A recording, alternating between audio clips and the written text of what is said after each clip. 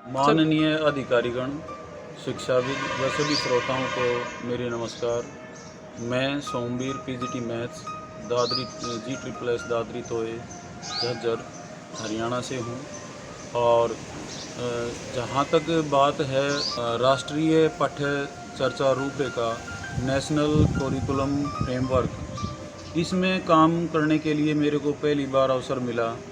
और हमारे बच्चे को क्या पढ़ाया जाए, कैसे पढ़ाया जाए, ये सुझाव जो है इसके अंदर दिए जाते हैं। लास्ट टाइम एनसीएफ जो है 2005 से प्रकाशित हुआ था, जिसमें जो है जो शिक्षाविद होते हैं, जिनका एक्सपीरियंस होता है, जो आज के दिन युवा हमारे साथी हैं जो काम कर रहे हैं और जिनका एक्सपीरियंस अच्छा हो चुका है, सरकार नीतियां तो डाल देती है। जैसे एजुकेशन पॉलिसी 86 में जो है वो नई हमारी शिक्षा नीति आई, और 1988 में जो है रूपरेखा जो है वो बनाई गई, और उसमें सुझाव दिया गया कि कैसे जो है शिक्षा को आसान बनाया जाए और लाभप्रद बनाया जाए। इसी कड़ी में अब हमारी नई शिक्षा नीति जो है 2020 आई हुई है, तो इसमें हमारा जो नेशनल करिकुलम फ्रेमवर्क है, राष्ट्रीय पाठ्यचर्चा रूपरेखा 2020 के लिए जो है वो आमंत्रित किए गए हैं, जिसमें मेरे को हरियाणा राज्य के डाइट मछरोली जो है उनसे सुझाव आया स्टेट करिकुलम फ्रेमवर्क में काम करने के लिए। राज्य पाठ्यचर्या रूपरेखा 2020 में इसकी एक मीटिंग जो है वो कराई गई।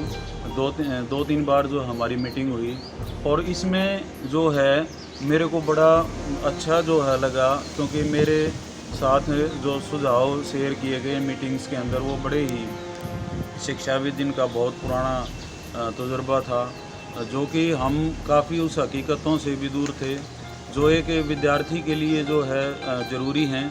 और उन्होंने जो है अपने सुझाव देकर हमें अवगत कराया, बड़ा अच्छा लगा।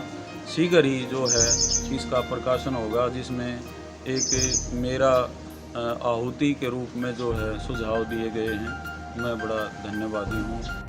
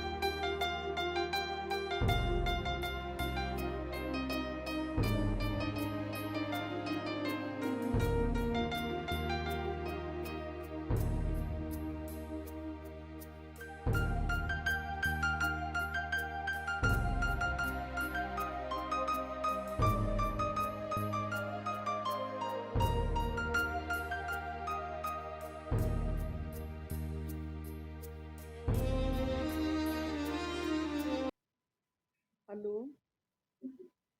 जी मैडम हेलो, जी, सुन वेलकम। रहे हैं? बोलिए, आप सुनाई दे रहे हैं मैडम। जी जी, वेरी गुड। सभी को नमस्कार, वेलकम। आप सभी नमस्कार का मैडम जी। अभिनंदन है। बात एक बढ़िया कार्य के लिए हम जुड़े हैं। एससीएफ स्टेट करिकुलम फ्रेमवर्क हमारे कार्यालय से डाइट के बहुत ही कर्मठ निर्मल जी, भूपेंद्र जी, उनके साथ जितने भी उनके सहयोगी जो इस कार्य में शामिल हैं, अभिनंदन है आप सबका। इस टीम को हमने बहुत अच्छे से जोड़कर रखना है, क्योंकि सरकार के कुछ कार्यक्रम जिसकी जिम्मेवारी हमारी डाइट को दी गई है, जिसमें एससीएफ के तहत एडल्ट एजुकेशन है, टीचर एजुकेशन है, स्कूल एजुकेशन है, और ये जितने भी टॉपिक हमारे को दिए गए हैं उनको सरकार की जो शिक्षण नीति है उसको हमने आगे बढ़ाना है। Main theme, main theory, main कार्यक्रम यही है कि सरकार के कार्यों को आगे बढ़ाए। तो SCF के तहत जो आज का जो इनकी जिम्मेवारी दी गई है, इनको टॉपिक दिया गया है मैडम को, निर्मल जी को, भूपेंद्र जी को, जो बहुत अच्छे से मुझे उम्मीद है कि इसको जोड़ करके रखेंगे और एक बढ़िया शिक्षण व्यवस्था को दुरुस्त बनाते हुए अच्छे विषय को लेकर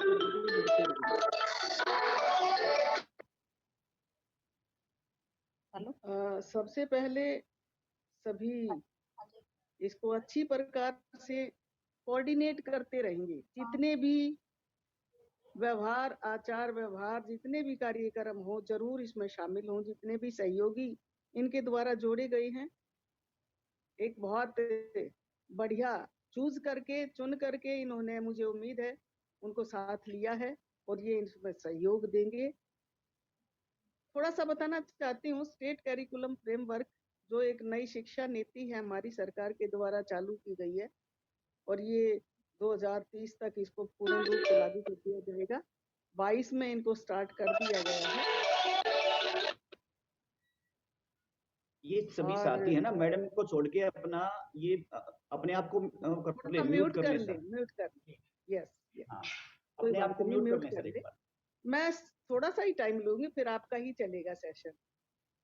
सिर्फ मैं तो ये आह्वान करना चाहती हूँ, जो शिक्षा की नीति है इसमें बदलाव है वो हमने टीचर्स के सहयोग के द्वारा ही करना। टीचर्स को सबसे ज्यादा मोटिवेट करना है। टीचर्स के सहयोग से ही शिक्षा नीति आगे जा सकती है। अगर टीचर ठीक है तो विद्यालय ठीक है, और विद्यालय ठीक है तो समाज ठीक है, और हमारा जो आगे का स्टेप है ये बढ़ता चला जाएगा। ये जैसे हमारे टीचर्स की आगे की नई नई नीतियों के तहत ये कार्यक्रम होता है। हमारे टीचर्स का जो बुनियादी प्रोग्राम है, जो माध्यमिक प्रोग्राम है, इस प्रकार की शिक्षा नीति में डाले गए हैं।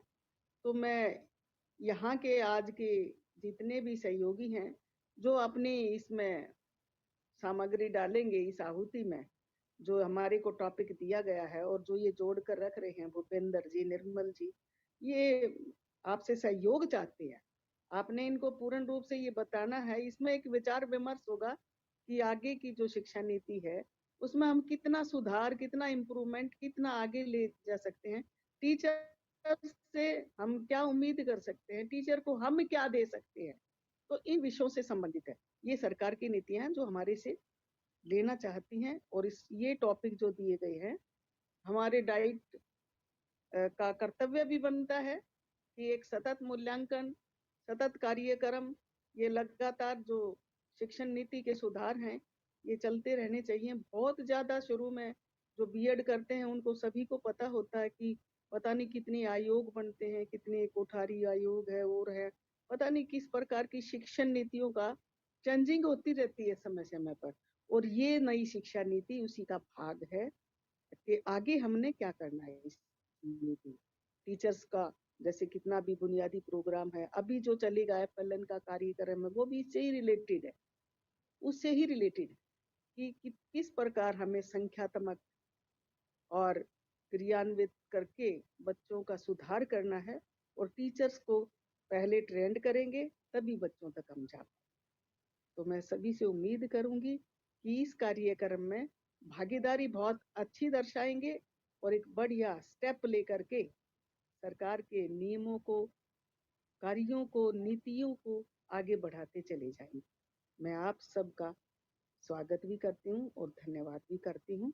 निर्मल मैडम को, भूपेंद्र जी को ये कहूंगी कि इस प्रकार के कार्यक्रम को बहुत अच्छी प्रकार से आप चला रहे हैं, तो ये एक इंस्टीट्यूशन का बहुत ही बढ़िया भागीदार है। मैं धन्यवाद करती हूँ जुड़े हुए सभी के सभी हमारे सहयोगी जो हैं। थोड़ा सा ये बताएंगे मुझे कि इसमें कौन कौन से पर्सन को लिया गया है, थोड़ा सा निर्मल जी बताएंगे और मैं सभी का पुण्य धन्यवाद करती हूँ। Thank you. Thank you Thanks, madam. respected ma'am, for your precious words and wonderful blessings. और I assure you on this part of team कि एक बहुत ऐसा प्रॉफिटेबल डॉक्यूमेंट्स हम आपको बनाकर देंगे कि जिस पर हम, आप और शायद हमारा education department they feel proud of it. तो यहाँ थोड़ी सी ब्रीफिंग, क्योंकि मैम हमारे पास 40 मिनट्स हैं, और थोड़ी सी ब्रीफिंग यहाँ करना चाहूंगी कि हमारे पास हेड प्रिंसिपल होशियार सिंह जी, जो थोड़ो एक लर्निड पर्सन है नेहरू कॉलेज, जो बदानी से हैं, स्टेट अवार्डी, जहांगीर से प्रिंसिपल हैं, और हमारे जो रिनाउड इंस्टीट्यूट हैं प्राइवेट, जो बीएड कॉलेजेस हैं, जो गंगा कॉलेज है, माँ गंगा कॉलेज है, यूनिवर्सल है, बहुत मतलब ऐसे लोग यहाँ पर हैं, और हमारे लेक्चरर्स साथी जो अपने आप में अपने सब्जेक्ट में एक्सपर्टीज हैं and who are doing wonderfully in their school. तो हमारा एक स्टूडेंट है, सुपरवाइजर मैम है सुनीता जी। तो एक ऐसी टीम मैम आपके साथ है जिसकी लिस्ट आपको दे दी गई है, तो जिस हम प्राउड फील कर सकते हैं, वो एक प्राउड प्रिविलेज फील कर सकते हैं कि ऐसी टीम के साथ हमें जुड़ने का मौका मिला, और एक ऐसा लर्निंग प्लेटफॉर्म हमें मिला कि शायद हम अपनी लर्निंग को और एनहेंस कर पाएंगे। तो थोड़े ही शब्दों में इतना ही कहना चाहूंगी ma'am, rest assure you on the part of wonderful team you will get an excellent document on this project. Thank you very much. बहुत इंटेलिजेंट पर्सन को लिया है, मुझे उम्मीद है ये बहुत अच्छी नीति के साथ आहुति रखेंगे। Thank you. Thank you ma'am, thank you very much. Now without speaking more, I just open the platform for Bhupender Singh Roj ji to have a brief overview what we are going to suppose, कि हमें थोड़ा सा एक brief overview मिल जाएगा कि हमें करना क्या है। ठीक है, thank you madam. Kaushal Arya madam ji, आपका बहुत बहुत धन्यवाद हमारे साथ जुड़ने के लिए, बोलिया मैडम जी। और सबसे मुख्य बात है कि जो करिकुलम फ्रेमवर्क के लिए डिस्ट्रिक्ट लेवल पर जो टीम बनाई गई टीचर एजुकेशन के लिए, उसमें हमारे जितने भी साथी हैं उन सब का जुड़ने के लिए बहुत बहुत धन्यवाद। क्योंकि ये जो टीम थी इसमें कोई अनिवार्य नहीं था, लेकिन फिर भी आप लोगों ने अपना सहयोग के लिए हामी भरी और हमारे साथ जुड़े, इसके लिए आपका बहुत बहुत धन्यवाद है। जब ये टीम बनाई जा रही थी तो मैडम एक एक करके मेरे पास नाम भेज रही थी, तो नाम जब आ रहे थे साथ में डेजिग्नेशन थे और उनकी जो अचीवमेंट्स हैं वो आ रही थी, तो मेरे तो पैर कांप रहे थे। इतनी क्वालिफाइड टीम मैडम ने बना के दी है हमें, और उसके साथ हम किस प्रकार से अपने आप को काम करवा पाएंगे। लेकिन धीरे धीरे अब हम देख रहे हैं कि सारे बिल्कुल ही सभ्य तरीके से और अच्छे तरीके से अपना सहयोग दे रहे हैं, क्योंकि हम अभी 4-5 दिन ही हुए हैं और कुछ हमारे साथियों ने तो अपना जो सुझाव है वो हमें भेज भी दिए हैं। तो देखिए सर, हम शुरुआत करते हैं पहले कुछ जो एजुकेशन पॉलिसी है ये है क्या, ये बनाई क्यों जाती है, इसके बारे में मैं 4-5 मिनट लूंगा, उसके बाद हम मेन पॉइंट पर आएंगे। देखिए मैं आप सबसे भूपेंद्र जी एक हल्का सा डिस्टर्ब मैं चाहूंगी, मैम को बताना चाहूंगी, मैम हमारे साथ रिटायर्ड प्रिंसिपल नेहरू कॉलेज से हैं होशियार जी, उनके पास व्हाट्सएप नहीं है, मेल नहीं है, स्टिल कंटिन्यूअस वो टेलीफोनिकली अपने सजेशंस है वो मुझे लिखवाते हैं, भेज रहे हैं। तो अमेजिंग, एक big salute to that person. तो एक इतना बड़ा हमारे पास लर्निंग प्लेटफॉर्म, मैं दिल से आदर करती हूँ। चलो ठीक है मैडम, थैंक यू। अब हम शुरुआत करते हैं इसमें। देखिए सबसे पहले मैं एक पर्सन के साथ ही अपना कार्य शुरू करना चाहूंगा, अपना वक्तव्य, कि क्या जितने भी हमारे दुनिया में देश हैं, क्या सभी की शिक्षा व्यवस्था, शिक्षा प्रणाली एक जैसी होती है? आप बता सकते हैं मेरे को? मुझे लगता है कि सभी का प्रश्न ये होगा, सभी का आंसर ये होगा कि प्रत्येक देश की जो शिक्षा व्यवस्था या शिक्षा प्रणाली जो होती है वो अलग अलग होती है। उसके पीछे कारण क्या हो सकता है? जहां तक मुझे लगता है कि प्रत्येक देश की जो है ना, जो फिलॉसफी जो होती है, प्रत्येक देश का जो दर्शन जो होता है वो अलग अलग होता है, क्योंकि प्रत्येक समाज, प्रत्येक देश के खाने पीने का तरीका है, रहने का तरीका है, वहाँ की कल्चर है, सोचने का तरीका है, वो सब अलग अलग होता है। और शिक्षा क्या होती है? शिक्षा होती है किसी भी देश की जो फिलोसफी है उसको आगे बढ़ाने का तरीका होता है, क्योंकि हम सारे के सारे शिक्षाविद हैं और हमने जेबीटी या बीएड या एमएड वगैरह करके हम यहाँ तक पहुंचे हैं। तो हम एक पर्सन पढ़ा करते थे जब हम जेबीटी या बीएड या एमएड हमने करी थी, कि दर्शन और शिक्षा एक ही सिक्के के दो पहलू। आमतौर पर ये प्रश्न आया करता था, तो उसमें कहा जाता था कि दर्शन जो है वो अपने विचारों को समाज तक ले जाने के लिए शिक्षा का सहारा लेता है, क्योंकि शिक्षा की कौन शब्द होती है। उसी प्रकार से जो शिक्षा जो होती है वो अपने जो है ना जो उद्देश्य हैं, जो एम्स हैं, उनके लिए वो फिलोसफी पर आधारित होती है। तो मेरा कहने का मतलब ये था कि हम एक टोटलिटी में देखें कि हमें जो काम दिया गया है वो काम है क्या, और जो शिक्षा प्रणाली रूपी जो मशीन है उसमें हम कहाँ लाई करते हैं, हम कौन से पुर्जे के तौर पर हैं। तो ये हमें एक बार पता होना चाहिए कि हम कहाँ पहुंचे हैं, क्या कार्य हमें दिया गया है, क्या कार्य हम कर रहे हैं। देखिए, ये जो आपके सामने मैंने स्क्रीन शेयर कर रखा है, इसमें शिक्षा प्रणाली का ढांचा दिया गया है। क्या आपको दिखाई दे रहा है सर ये सबको? मेरा स्क्रीन शेयर है जी सर? कोई? जी हाँ जी ठीक है, थैंक यू आ सर। रहा है। Thank you sir. देखिए, सबसे पहले शिक्षा प्रणाली का जो ढांचा होता है उसमें सबसे बड़ी चीज होती है किसी देश की फिलोसफी। जैसे अपने देश का जो दर्शन है वो है आदर्शवाद का। तो आदर्शवाद के अनुसार हमारे आने वाले जो बच्चे हैं वो किस प्रकार के होनी चाहिए, उनमें कौन कौन सी वैल्यूज होनी चाहिए, वो सारी बातें अपनी आगे आने वाली पीढ़ी में ट्रांसफर करने के लिए हमारे देश ने एक शिक्षा प्रणाली का ढांचा विकसित किया है। पहली बात ये है। उस ढांचे में सबसे नंबर 1 पॉइंट पर आता है राष्ट्रीय शिक्षा नीति, जो हमारी 2020 में बनाई जा चुकी है, बनके तैयार हो चुकी है। और आज तक जैसे मैंने इसमें लिखा भी हुआ है कि सबसे पहली शिक्षा नीति 68 में बनी थी, फिर दूसरी जो बनी थी हमारी 86 में बनी थी, लेकिन 86 में बनने के बाद उसको हम इम्प्लीमेंट नहीं कर पाए थे, तो उसको रिवाइज किया गया था 1992 में, जिसको हमने प्लान ऑफ एक्शन का नाम दिया गया था। उसके बाद जो दूसरी, जो अब नई लगभग 34-35 साल के बाद सन 2020 में नई एजुकेशन पॉलिसी रिवाइज की गई है।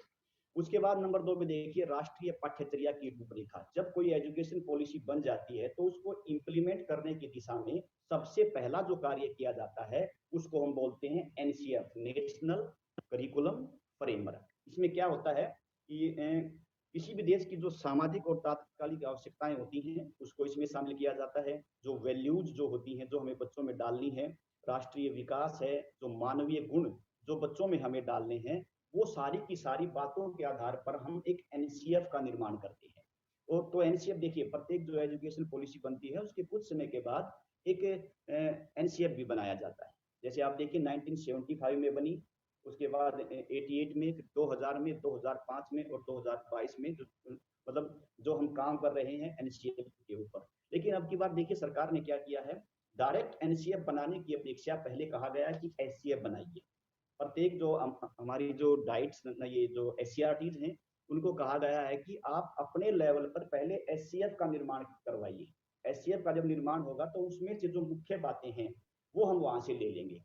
कारण क्या रहा इसको देने का कि लोकल लेवल पर कुछ आवश्यकताएं होती हैं। यदि बड़े लेवल पर हम बात करें, मतलब डायरेक्ट कोई दिल्ली में बैठ के एनसीएफ का निर्माण कर दे, तो क्या होगा कि मान लीजिए कोई अलग अलग चीजें, हरियाणा की कोई अलग नीड्स हैं, केरला की कुछ अलग नीड्स हैं, तो वो सारी उसमें समाहित नहीं हो पाती है।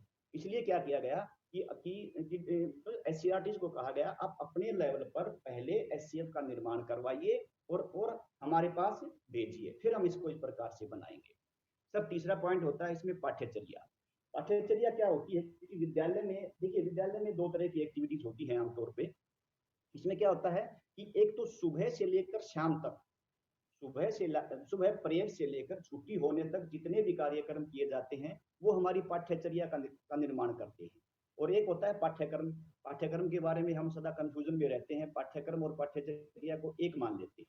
जैसे इंग्लिश में बोलते हैं ना करिकुलम, करिकुलम पाठ्यक्रम नहीं होता, ठीक है ना। करिकुलम होती है पाठ्यचर्या और पाठ्यक्रम होता है हमारा सिलेबस, जो हम टाइम पीरियड में हमारी क्लासेस में पढ़ाते हैं। तो इसमें लिखा है कि करिकुलम क्या होता है, कि जो पाठ्यचर्या, देखिए सुबह से लेकर शाम तक, देखिए करिकुलम मतलब पाठ्यचर्या होती है, उसमें सारी जो करिकुलर एक्टिविटीज और को करिकुलर एक्टिविटीज ऑफ स्कूल, उन दोनों को मिलाकर क्या बनता है हमारा, उस विद्यालय की पाठ्यचर्या का निर्माण होता है। और पाठ्यचर्या का निर्माण थोड़ा बहुत टीचर पे भी डिपेंड करता है, उसमें बदलाव कर सकते हैं, जो स्कूल प्रिंसिपल है, प्रशासन है विद्यालय का, वो बदलाव कर सकते हैं। तो उसके बाद आता है हमारा पाठ्यक्रम। पाठ्यक्रम केवल वो विषय होते हैं जिनके लिए विद्यालय में थोड़ा बहुत टाइम फिक्स होता है, 40-40 मिनट के पीरियड्स जो होते हैं उसको हम पाठ्यक्रम बोलते हैं। और उसके बाद बनती है शिक्षक सहायक सामग्री, जो बुक्स वगैरह जो लिखी जाती हैं या जो पुस्तकें वगैरह हैं या टीएलएम वगैरह बनाया जाता है, वो उसके बाद बनता है। और लास्ट में है लर्निंग आउटकम्स। इसके बारे में 2014 के बाद से बहुत सारी बातें होनी शुरू हुई थी, क्योंकि हमारे साथ में जितने जो पीआरटी टीचर्स हैं, वो यदि कोई जुड़ा हुए हैं हमारे साथ, जैसे विजया मैडम जुड़ी हुई हैं, तो मैडम आप लोगों ने सक्षम पे बहुत काम किया था।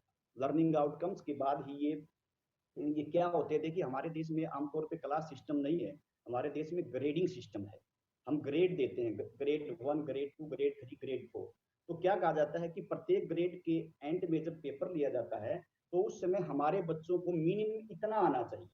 पहले ये परंपरा नहीं थी, क्योंकि पहले तो एग्जाम हुआ करते, फिर एग्जाम होने बंद हो गए एलिमेंट्री तक, 8वीं क्लास तक।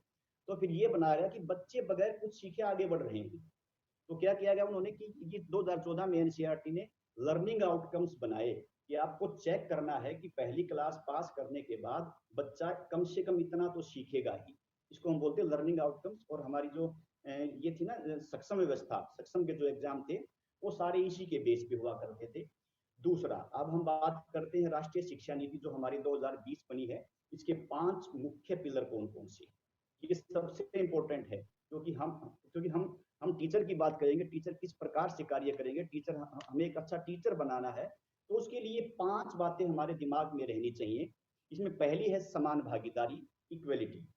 सब बराबर का होना चाहिए। इसमें क्या है कि सभी वर्ग, सभी समुदाय के लिए शिक्षा प्राप्ति के समान अवसर प्राप्त किए जाएंगे, सभी के लिए। अब ये नहीं है कि कास्ट के आधार पर, धर्म के आधार पर, समुदाय के आधार पर किसी के साथ भेदभाव किया जाएगा, ऐसा बिल्कुल नहीं होने वाला है। नई जो एजुकेशन पॉलिसी है, ये पुरानी में भी ऐसा था लेकिन चलता रहता है, तो आगे भी इस चीज को हम लेके आए हैं। दूसरा है किफायत, अफोर्डेबिलिटी। हमें शिक्षा व्यवस्था को, मतलब शिक्षा प्राप्त करने की जो विधियां हैं या जो इंस्टीट्यूट्स हैं, उनका प्रयोग करना, मतलब कोशिश करनी है कि वो महंगे ना हो, एक गरीब आदमी की भी शिक्षा अधिकार में हो। तीसरा है शिक्षा की क्वालिटी, जो गुणवत्ता है जो शिक्षा की, वो ज्यादा अच्छी हमें रखनी है। और इसके लिए मैं आपको पर्सनली कहना चाहता हूँ कि हमारे जो टाइज हैं, मतलब जो टीचर्स को पढ़ाने वाले जो इंस्टीट्यूट हैं, जैसे बीएड कॉलेज हैं, जेबीटी कॉलेज हैं, इनमें क्वालिटी पहले पैदा करनी पड़ेगी हमें, क्योंकि टीचर यदि क्वालिटी से पढ़ाएगा, टीचर में क्वालिटी होगी, तो वो बच्चों में भी डाल पाएगा। उसके बाद है सब तक पहुंच। सब तक पहुंच का मतलब होता है कि जो बच्चे हैं, जहां बच्चे हैं वहीं पर उनको प्रत्येक प्रकार की शिक्षा पहुंचाई जाए। ये नहीं कि मान लीजिए एक दूर दराज का गांव है और वहां पर प्राइमरी स्कूल भी नहीं है, ठीक है, तो हमें प्रयास करना है कि प्रत्येक बच्चे तक विद्यालय पहुंच जाए। और लास्ट है, ये अब की बार जोड़ा गया है, ये सबसे इंपॉर्टेंट है, इसको बोलते हैं जवाबदेही, अकाउंटेबिलिटी होनी चाहिए। इसमें जो सरकार है उसकी भी जवाबदेही होगी, जो शिक्षण संस्थान है उसकी भी जवाबदेही होगी, और जो टीचर हैं उनकी भी जवाबदेही सुनिश्चित की जाएगी, और साथ में जो हमारे पेरेंट्स हैं उन सब की भी जवाबदेही इसमें लिखी जाएगी और निर्धारित की जाएगी। उसके बाद अगली है, इसमें कुछ नेशनल जो एजुकेशन पॉलिसी की मुख्य बातें हैं, लेकिन हमारे पास 25 हो चुके हैं, हमारे पास टाइम नहीं है, तो हम प्रयास करते हैं आगे एक पॉइंट और देख लेते हैं। हमारी जो एजुकेशन पॉलिसी है उसमें कुछ बदलाव किया गया है, जो ढांचा जो इसका बदल दिया गया है। पहले जो आप लेफ्ट की तरफ देखेंगे तो 10+2 का ढांचा हुआ करता था, जिसमें 1 से 10 तक सेकेंडरी एजुकेशन हुआ करती थी और फिर 2 साल की सीनियर सेकेंडरी एजुकेशन हुआ करती थी। लेकिन अब राइट की तरफ हम जाएंगे तो इसमें देखेंगे कि ढांचे को बदल दिया गया है। सबसे पहले बनाई गई है फाउंडेशनल स्टेज। अब फाउंडेशनल जो स्टेज है इसके भी 2 पार्ट हैं। इसमें जो 3 साल तक का जो बच्चा है, जो 3 से 6 साल तक का जो बच्चा है, इसमें पहले 3 साल आंगनवाड़ी, इसको प्री स्कूल बोल दीजिए, बाल वाटिका बोल दीजिए, नर्सरी बोल दीजिए, जो भी बोल दीजिए, ये सारा का सारा इसमें आएगा। लेकिन इसमें मेन क्या किया गया है, अब पहली और जो दूसरी क्लास है उसको फाउंडेशनल में जोड़ दिया गया है।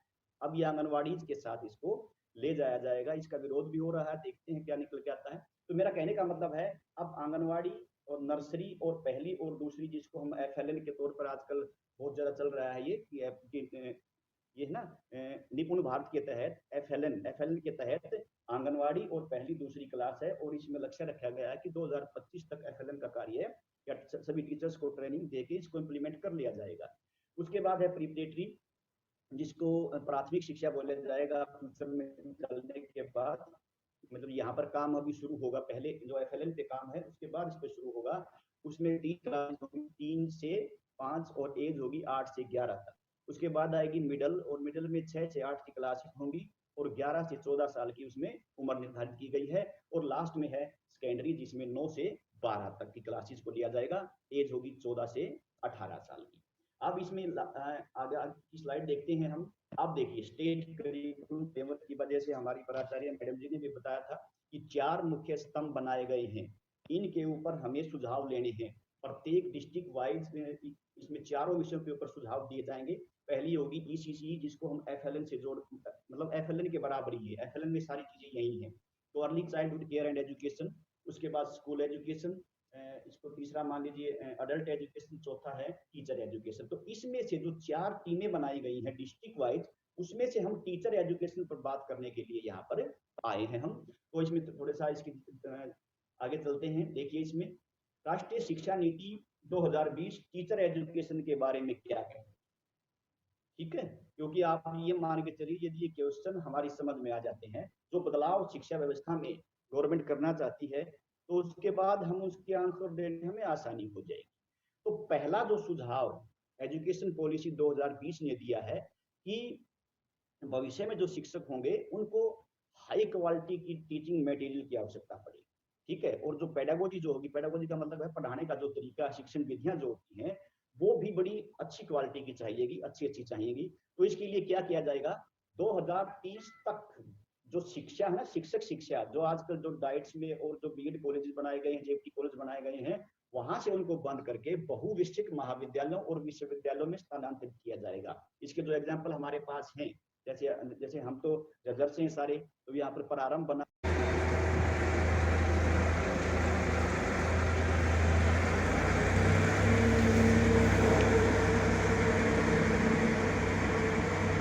तो 4 वर्ष की एकीकृत बीएड डिग्री अनिवार्य हो जाएगी। तो जो हमारे साथी हैं, जो हमारी आगे आने वाली पीढ़ी है, तो उसको ध्यान में रखना पड़ेगा ये कि 2030 तक इसको इम्प्लीमेंट कर दिया जाएगा। अगले 5-4 साल तक नौकरी मिल सकती है, जो हमारी हमने जेबीटी कर रखी है, बीएड कर रखी है, उसके बेस पे। लेकिन 2030 के बाद हमें केवल जो गवर्नमेंट जॉब है टीचर के लिए है, वो हमें केवल इंटीग्रेटेड कोर्स जो 4 वर्ष का है, वो करने के बाद ही हमें जॉब मिल सकती है। तो ये ध्यान रखना पड़ेगा हमें। और इसमें 4 वर्ष की जो एकीकृत बीएड डिग्री प्रदान करने वाले ये जो कॉलेज बनेंगे ना, इन्हीं के द्वारा 2 वर्षीय बीएड कार्यक्रम भी प्रदान किया जाएगा। देखिए, इसका कहने का मतलब ये है कि +2 के बाद, 10+2 के बाद यदि कोई व्यक्ति एडमिशन लेता है, तो उसको बीए बीएड या जो बीए बीएससी करने में, बीएससी बीएड करने में 4 साल लगेंगे। लेकिन कोई व्यक्ति पहले से ही ग्रेजुएट है, तो वो 2 साल के अंदर बीएड भी कर सकता है, ठीक है। और तीसरी बात करते हैं, तीसरे में सभी बीएड कार्यक्रमों में शिक्षण शास्त्र की जो जांची परखी तकनीक है ना, जो पुरानी जो टेक्निक्स है मतलब पढ़ाने की, उनके अलावा कुछ और तरीके की जो नई जो टेक्नोलॉजी है, हम उसका प्रयोग भी करेंगे। इसके ऊपर भी आपको सुझाव देना है, ठीक है, कि कौन कौन सी टेक्निक इसमें हम प्रयोग कर सकते हैं। दूसरी स्लाइड में चलते हैं हम। इसमें है कि राष्ट्रीय अध्यापक शिक्षा परिषद द्वारा, देखिए इसमें 2022 तक किया जाना था, ये शायद हो नहीं पाया है अब तक। इसके ऊपर आपको ज्यादा मतलब जो आपके सुझाव वो ज्यादा चाहिएंगे हमें। देखिए, शिक्षकों के लिए राष्ट्रीय व्यावसायिक मानक, national professional standard for teacher education, NPST का विकास किया जाए कि टीचर्स के लिए मिनिमम स्टैंडर्ड क्या होने चाहिए, पढ़ाई के संबंध में, उनकी क्वालिफिकेशन के संबंध में, ट्रेनिंग के संबंध में, ये किए जाएंगे। इसके ऊपर भी आपका सुझाव। अध्यापक शिक्षा परिषद द्वारा एनसीईआरटी के परामर्श के आधार पर अध्यापक शिक्षा हेतु राष्ट्रीय पाठ्यचर्या की रूपरेखा बनाई जाएगी। जो हम बच्चों के लिए अब बनाने जा रहे हैं, मतलब जहां पर हम कार्य कर रहे हैं, ऐसा ही एक एनसीईआर टीचर ट्रेनिंग के लिए भी बनाया जाएगा, टीचर्स के निर्माण के लिए भी बनाया जाएगा, और ये काम करेगी एनसीईआरटी। ये आपको शायद पता नहीं होगा, हम लेकिन हम डाइट्स में हैं, तो यहाँ पर हमारे पास ये कार्य आ चुका है, हमें सुझाव देने के लिए कहा जा चुका है, तो फ्यूचर में ये तैयार हो जाएगा। फिर है विशेष विषयों के शिक्षण के लिए अंतर्राष्ट्रीय स्तर पर अनेक शिक्षण मीडिया प्रचलित है। ये कहने का मतलब इसका ये है कि मतलब ये हो सकता है कि विदेशों में जो टीचर की ट्रेनिंग है या टीचर बनाने के लिए या जो अलग अलग प्रकार की जो विधियां चल रही हैं, पेडागोजी चल रही है विदेश में, मतलब ये हो सकता है कि हमारे से अच्छी हो। तो एनसीईआरटी को बोला गया है कि आप वहां जाइए, उनको सीखिए और उनको अपने देश में इंप्लीमेंट करने का प्रयास कीजिए। फिर है सभी बीएड कार्यक्रमों में स्थानीय स्कूलों में जाकर शिक्षण कराने को व्यवहारिक प्रशिक्षण के रूप में शामिल किया जाए। मतलब ये जो इंटर्नशिप है ना, आजकल हम देखते जा रहे हैं ना, जैसे आईटीआई वगैरह में इंटर्नशिप कंपलसरी है, तो ये कहा जाएगा कि अपनी जितने भी जेबीटी बीएड जो प्रोग्राम होंगे, उनके लिए प्रत्येक जो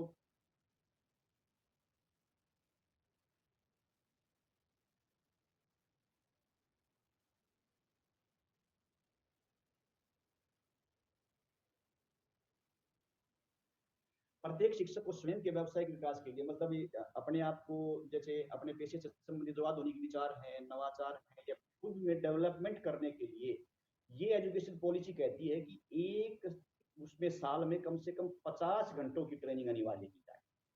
तो ये आपको सुझाव देना पड़ेगा कि 50 की काफी है या ज्यादा है या कम है, ट्रेनिंग की आवश्यकता है या हमें नहीं है। ठीक है, और इसको नाम दिया गया है CPD, कंटिन्यूस प्रोफेशनल डेवलपमेंट। और 9वां है इसमें, शिक्षा के सभी स्तरों पर, बुनियादी, प्रारंभिक और माध्यमिक, जो बात हमने पहले की थी, ये कहते हैं कि तीनों स्तर पर ही टेट को अनिवार्य कर दिया जाए। जो टीचर एलिजिबिलिटी टेस्ट है ना, अपने प्रदेश में तो पहले से ही है, पता है ना मैडम, हमारे पीआर जो PRT, TGT, PGT सब के लिए टेट अनिवार्य है, लेकिन ये पूरे देश में नहीं है। तो आपको इसके ऊपर भी सुझाव देना पड़ेगा। और 10वां और जो हमारा है, कुछ विशेष अल्पावधि के स्थानीय शिक्षा कार्यक्रम, छोटे लेवल के जो कार्यक्रम है शिक्षण के, उनको बाइट और डाइट्स और स्कूल परिसर में भी चलाया जा सकता है फ्यूचर में जाने के बाद। इसमें क्या होगा, मान लीजिए कोई लोकल कोई स्पेशलिस्ट है, कोई गाने का स्पेशलिस्ट है, कोई बढ़ई का काम करने का स्पेशलिस्ट है, कोई किसी कार्य का स्पेशलिस्ट है, तो उनको ट्रेनिंग यहाँ डाइट बाइट्स और स्कूल परिसर में देके और उनको वही विद्यालय में नियुक्ति प्रदान कर दी जाएगी। तो इस प्रकार की ये बातें हैं। तो ये हमारी शिक्षा जो नीति है वो टीचर ट्रेनिंग के बारे में कहती है, जिसको हमें ध्यान में रखना है और ध्यान में रख के हमें कार्य करना है। अब देखिए, फिर मैडम आ जाएंगी। मैडम थोड़ा बहुत टाइम है तो मैं देखिए 2 बातें बोल देता हूं मैं। एक तो पहली बात है कि हमें फोकस करना टीचर एजुकेशन के ऊपर, ना कि स्टूडेंट एजुकेशन के ऊपर। दूसरी बात है, प्रत्येक पर्सन का जो सुझाव देंगे वो मिनिमम 100 शब्दों का और मैक्सिमम 200 शब्दों का होना चाहिए। तीसरा है, आपको अपने मौलिक विचार देने हैं। आपको किसी जो है ना, जो कमीशन वगैरह बने हुए पहले से, या कोई राइटर है उसकी किताब में से आपको कुछ लेके नहीं आना है। ठीक है, जो का तो हाँ, आप उसको पढ़ सकते हो, अच्छी बात है सुझाव, लेकिन आपको जो सुझाव देने हैं वो आपके मौलिक विचार होने चाहिए, आपके शब्दों में होने चाहिए। और चौथा है, जहां तक संभव हो सके आप प्रयास करें कि वर्ड फॉर्मेट में हमें दें, PDF में ना दें। वर्ड फॉर्म में टाइप करके, यदि मान लीजिए कोई साथी टाइप नहीं कर पाता है तो वो लिख के दे दे, कोई प्रॉब्लम नहीं है, हम उसको ले लेंगे, लेकिन प्रयास करना है आपको, इस प्रकार से ये किया जाए।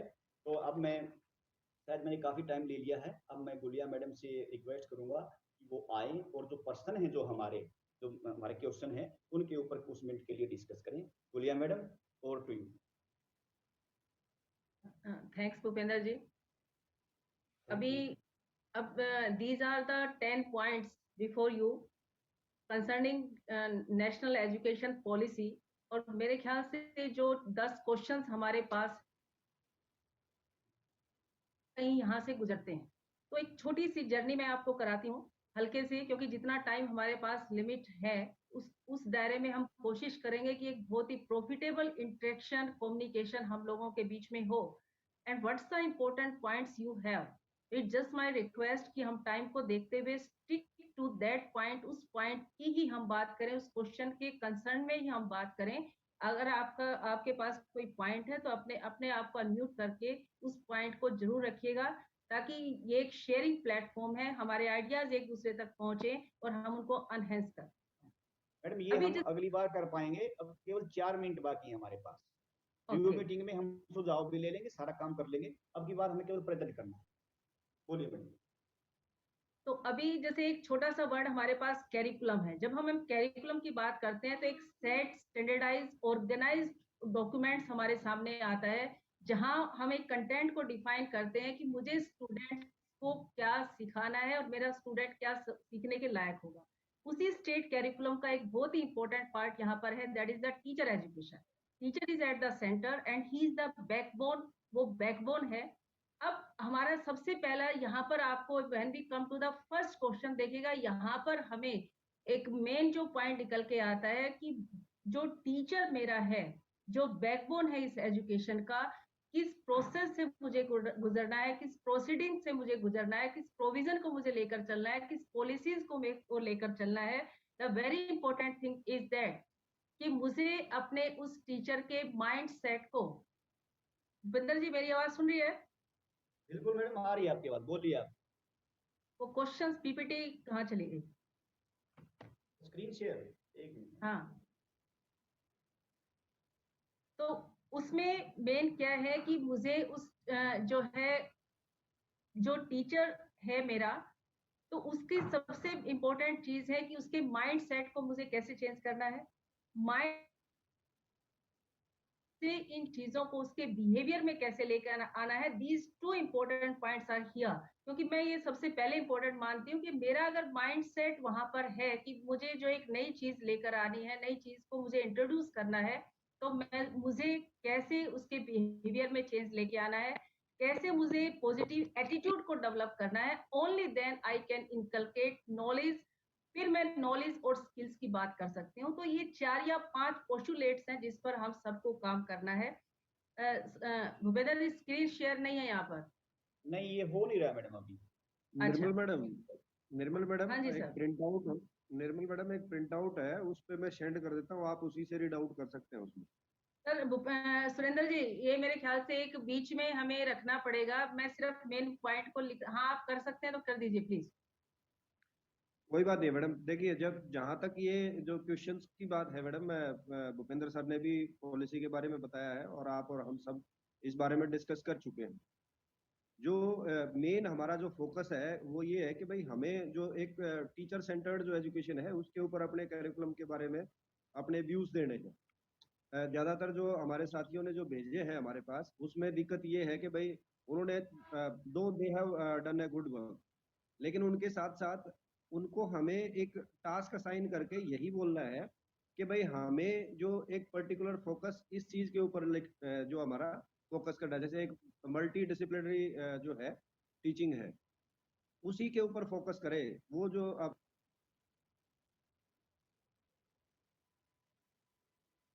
जो है इस पे मैं अच्छा काम कर सकता हूँ, हमें उस पे एक प्रेजेंटेशन टाइप देना है, ना कि एक जो है क्वेश्चन के रूप में आंसर नहीं करना है। Surendra ji, thank you very much for such a precious and profitable views. अभी थोड़ा सा एक ब्रेक में 1 मिनट के लिए देखिए, when we come to madam the, हो चुका है टाइम, 1 मिनट भी शायद रहती होगी, टाइम हो चुका है, बोलिए। हाँ तो बस मैं सिर्फ देखिए सिर्फ 1 मिनट ले रही हूँ कि जैसे हम पहले नंबर क्वेश्चन नंबर पे आते हैं तो वहां पर मल्टी डिसिप्लिनरी एक वर्ड है। अगर आप उस पर फोकस करेंगे तो आपके पास सारी चीजें निकल के आ जाएंगी कि मुझे अपने टीचर को किस तरह से जो है तैयार करना है, एक्यूप करना है कि वो मल्टी डिसिप्लिनरी एजुकेशन की ओर जाए। सेकेंड, हमारा जो इंटीग्रेटेड बेस्ट टैलेंट्स की बात हम कर रहे हैं कि जो टीचिंग प्रोफेशन के अंदर हम ये मान के चलते हैं कि टीचिंग हमारा लास्ट ऑप्शन है। तो हमें ऐसा क्या करना चाहिए कि जो टैलेंट हमारा बेस्ट टैलेंट है वो इसमें प्रोफेशन के अंदर एंटर कर जाए। तो वो पॉइंट्स आपको सोचने हैं कि कैसे हम टीचर को इस तरह से एक्टिव करें। अब तीसरा, जैसे सोशल पर्सनल क्वालिटीज यहाँ पर है, वोकेशनल एजुकेशन की बात यहाँ पर है। आपके जो टीचिंग जो हमारा टेस्ट है, टीचर एलिजिबिलिटी टेस्ट, उसकी क्वालिटी को कैसे मेंटेन किया जाए, कैसे एनहेंस किया जाए। तो मेरा only one point is here कि जो सेंट्रल की पॉइंट्स हमारे हैं, please focus those points. Teacher is at the centre, और उन फोकस को आप उनको फोकस आप करेंगे तो मेरे ख्याल से बहुत सारी चीजें आपकी निकल के आएंगी। And again thank you very much from the core of our heart for associating us, for giving your precious time, and always feel free to contact us. कहीं भी आपको ये लगता है कि हम यहाँ पर फैसिलिटेट आपको कर सकते हैं तो आप कभी भी हमारे से कॉन्टेक्ट कीजिएगा। और ये this is a team work. Madam एक मिनट मैडम, वो टाइम बाउंडेशन 19 तारीख बता दीजिए आप। 19 तारीख को हमें हाँ, विद द चाहिए हमें टीम सारी चीजें। स्प्लिट। तो बीच में 19 हमारी जो आपकी रहेगी कि 19 को आपको फाइनलाइज करके हमें देना है। 19 को हम रिव्यू मीटिंग फिर करेंगे और 20 तारीख के बाद आपके द्वारा जो हमें दिया जाएगा उसके बाद हम उसको एंटरटेन नहीं कर पाएंगे। तो it means that we have 1 week. 20th is the last day. 19th को हम एक बार रिव्यू मीटिंग जरूर करेंगे।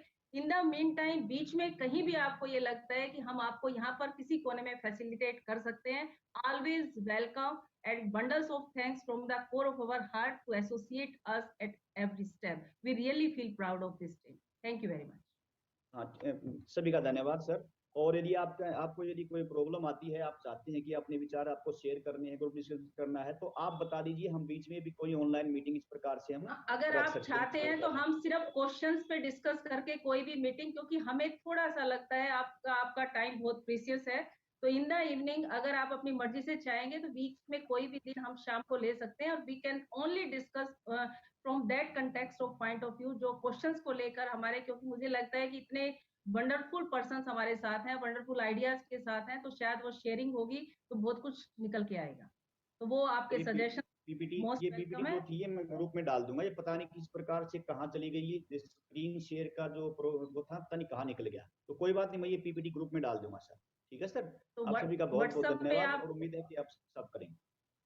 व्हाट्सएप पे जी आप मैडम, उस शेयर कर सकते हैं। थैंक यू बिल्कुल सर, डाल थैंक यू। दूंगा। ओके मैडम, थैंक यू, सभी का हाँ, सभी थैंक यू साथियों का भूपेंद्र बहुत सर। बहुत धन्यवाद। Thank you.